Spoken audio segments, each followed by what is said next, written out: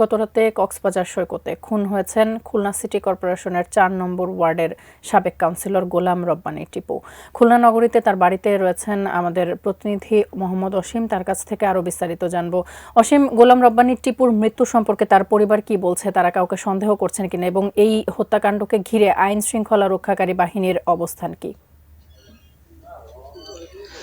তাসফিয়া, দেখুন, আইন শৃঙ্খলা বাহিনীর সঙ্গে আমাদের কথা বলার সুযোগ হয়নি, যেহেতু ঘটনাটি কক্সবাজারে ঘটেছে, সে কারণে আইন শৃঙ্খলা বাহিনী কিন্তু এখানে বক্তব্য দিতে পারবে না। তবে আমি পরিবারের সঙ্গে কথা বলেছি।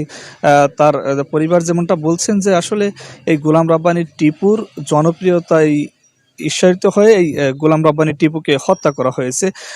আপনি জানেন যে ইতিমধ্যেই কিন্তু খুলনা সিটি কর্পোরেশনের আর একজন সাবেক ওয়ার্ড কাউন্সিলর, তাকে কিন্তু কক্সবাজারের র্যাব গ্রেপ্তার করেছে। আসলে এরাও বলছেন, টিপুর পরিবার বলছেন যে আসলে এই স্থানীয় যে রাজনৈতিক কোন্দল রয়েছে, সেই কোন্দলের কারণেই তিনি তাকে হত্যা করা হতে পারে। আমি এখন একটু কথা বলতে চাই, টিপুর বড় ভাই গোলাম রসুল, তিনি আমার সঙ্গে আছেন, একটু কথা বলতে চাই। আসলে আপনারা কি ভাবছেন, এই আপনাদের সাথে তার কোনো ধরনের বিরোধ ছিল কিনা?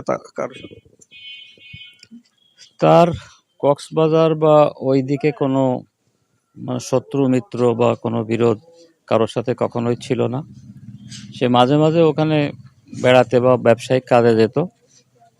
এখানেও এই ঘটনাটা ঘটেছে আমাদের ধারণা। কালার এক্সপার্ট, জর্জ স্যাপ এবং মাইল্ড অন হ্যান্ডস টেকনোলজি সমৃদ্ধ অরিক্স ক্রিস্টাল ওয়াশ আপনার লন্ড্রি এক্সপার্ট।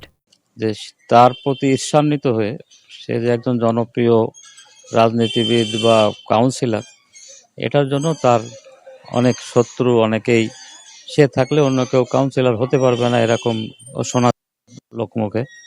তো যাই হোক, এটা নিয়ে হতে পারে, এবং বিভিন্ন তার পুরনো শত্রু মিত্র তারা থেকে সম্মিলিতভাবে ওখানে এই হত্যাকাণ্ডটি ঘটিয়েছে।